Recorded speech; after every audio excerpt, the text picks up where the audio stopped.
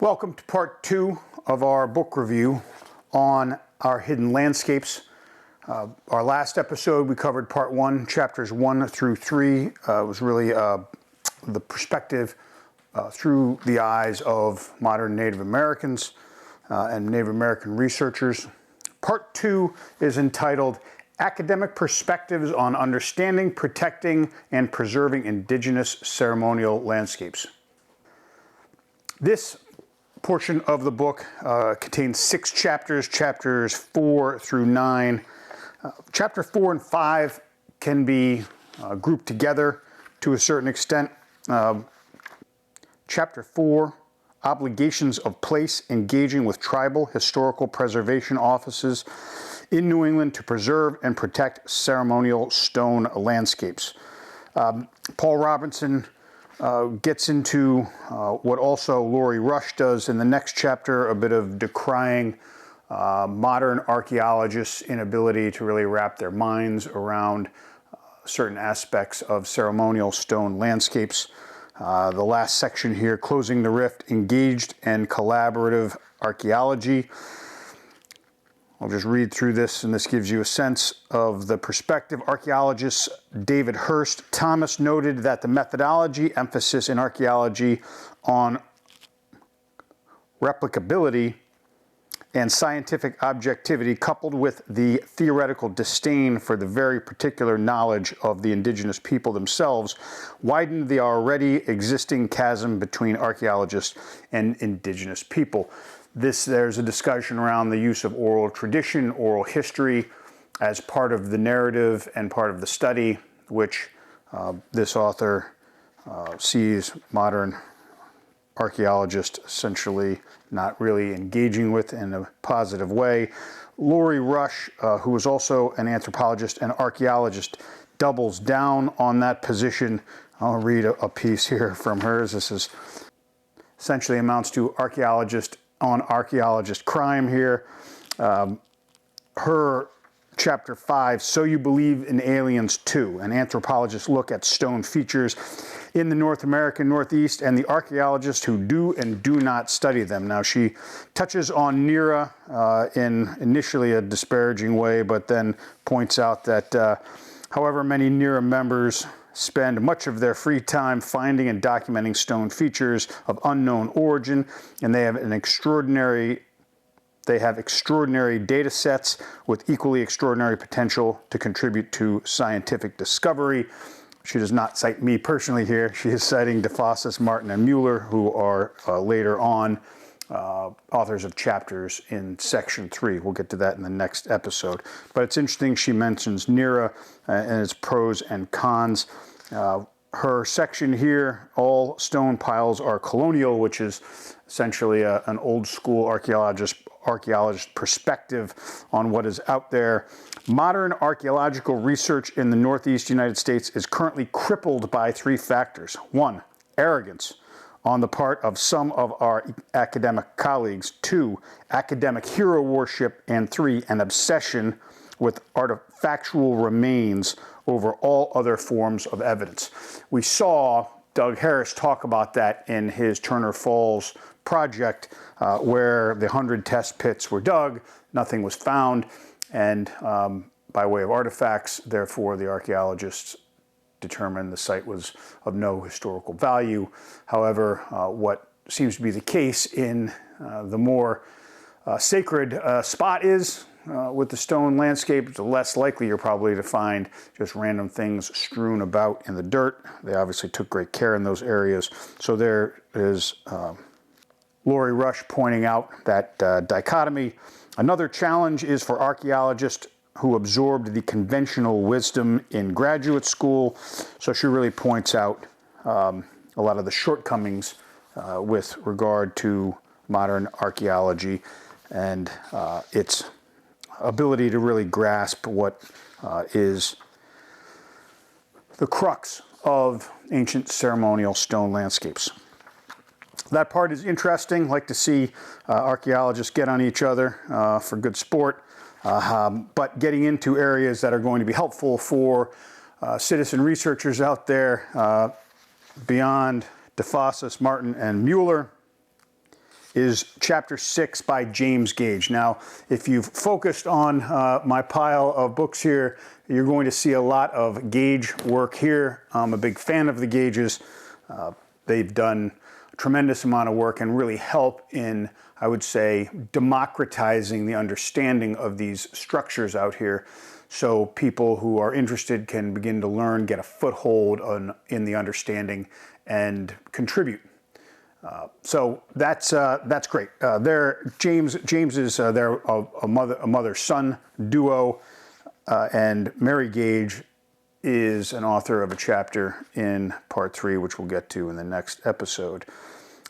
Chapter 6 by James Gage, Introduction to Stone Removal and Disposal Practices in Agriculture and Farming. That doesn't really sound particularly exciting. There's a lot of discussion around the field clearing of stones, but I think notwithstanding some of the photographs have been used in other works by the Gages, a lot of this I think is original enough to avoid my criticism of some of the text, which is, to a certain extent regurgitating some previously published material. This is pretty good stuff, and you can see I use a lot of highlighter when I get to certain portions. And what James has laid out here is the ability when you have an area of multiple piles of stones to determine what may be field clearing stone piles or actual Native American ceremonial stone landscapes or cairns. And so very briefly here, you're dealing with basically pages 46 through 50, the end of his chapter. The stone piles that tend to be field clearing, piles here it says, piles all have the same basic shape. And she lays out 9 shapes, but essentially they are also tend to be evenly spaced out, versus mixed designs and irregular placement. Examples of ceremonial stone cairns showing various designs and sizes and placement in the landscape, and goes on to use some diagrams of those structures. That I think is helpful. That's really a piece of information that if you are out in the forest or in fields and you may think that you're dealing with an agricultural clearing, he's giving you really clear guidance as to how to look at this one way or another and advance one's understanding and capability to decode a site. I think that's pretty helpful. Chapters 7, 8, and 9 I am going to group together. They are, to a certain extent, pretty academic in their focus. I'm going to give you and I'll jump around between these chapters a little bit, but essentially they get into different areas in the eastern United States outside of New England, and they're talking about different ways to identify sacred areas when stones might not be present, or what's local to these sites: Virginia, West Virginia, Georgia. Chapter 8 by Mathew, Victor Weiss, and Charity Moore Norton. They talk about the landscape theory of viewing Native American sacred lands, the overview of landscape theory. Modern archaeology is characterized by 2 paradigms. Percussualism is characterized as objectivism, data, and observation. Post-percussualism is characterized by relativism, theory, and experience. This opposite has created unproductive and problematic dichotomies within the discipline, leading for some to advocate for a hybrid paradigm, lightheartedly referred to as post-percussualism. I pretty much shut down after that in that chapter. So they're not joking when they talk about this being an academic perspective. What I do want to point out, and actually I was remiss in not referring to this in chapter 3 in our last episode by Catchett Schilling, was something that was brought up to me initially by a viewer and a commenter on one of my videos. So in a comment to one of my shorts relating to the teacher-student prayer seats, several episodes ago, at BubbaLove2261 asked a question. There were two different sites. Are they the same elevation? This is not something that I had considered or really focused on before I went out. In that case, they weren't at the same elevation, but it raises the issue with regard to the evaluation of consistent elevation across structures at a site. That is brought up in Chapter 8, the Weiss Norton Stones in Their Places chapter. It is also brought up in Chapter 3 by Catchett Schilling. So the point of that being, if you are out evaluating a landscape, take a look at the elevation running along the landscape and see if you're picking up structures within, let's say, 10 or 20 feet of elevation of each other. That is a good example of how sites or structures were clustered together in sites and have their own meaning. So that is covered here in several chapters, to include Chapter 8 in Part 2.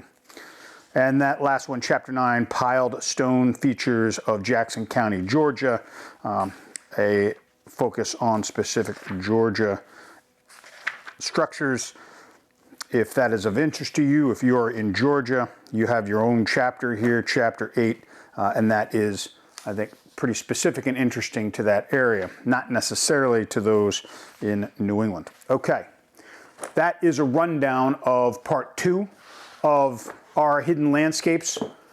There is plenty of information in these texts to help a citizen scientist or citizen researcher take a look at what they're finding in the woods, in the fields, and try to help understand and decode them. So both Part 1 and Part 2 have great information for people to learn more about these structures and how to identify them. In the next episode, we will get into Part 3, which is a breakdown of a number of different sites that researchers had dug into, decoded, and includes their findings. I think that's going to be super fascinating. Whether that ends up being a single episode or multiple episodes, we'll see when we get into it. But there's a lot to dig into there in Part 3, and it really builds on Part 1 and Part 2, I think, very well. With that, as always, thanks for watching, and we'll see you next time.